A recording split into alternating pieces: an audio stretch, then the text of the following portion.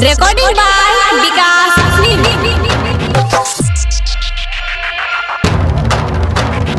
Music director DJ Dhanuraj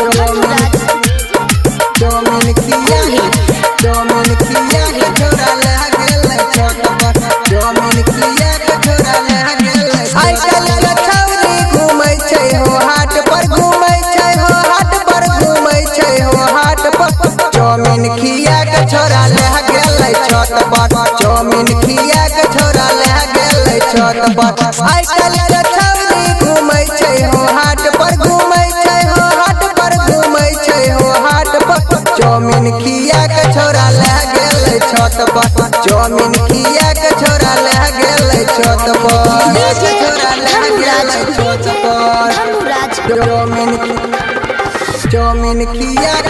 chowmein खिया के छोरा ले गेलै छत पर चौमिन खिया के छोरा ले गेलै छत पर रे छौरी के रहै सोलह के जवानी छौरा चुआ देलकै ओकर पानी छौरी के रहै सोलह के जवानी छौरा चुआ देलकै ओकर पानी छौरी सब घुमै ले जाइ छलै हाट पर जाइ छलै हाट पर रे जाइ छलै हाट पर चौमिन खिया के छोरा ले गेलै छत पर चौमिन खिया के छोरा ले गेलै छत पर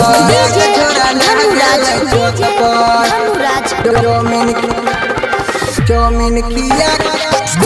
खिया के छोरा ले गेलै छत पर चौमिन खिया के छोरा ले गेलै छत पर राइटर महेश बबुआ कर देलकै कमी चाहत छलिया खिया देलकै चौमिन राइटर महेश बबुआ कर देलकै कमी चाहत छलिया खिया देलकै चौमिन छौरी सब घुमै ले जाइ छै रे हाट पर जाइ छै रे हाट पर रे जाइ छै रे हाट पर चौमिन खिया के छोरा ले गेलै छत पर चौमिन खिया के छोरा ले गेलै छत पर।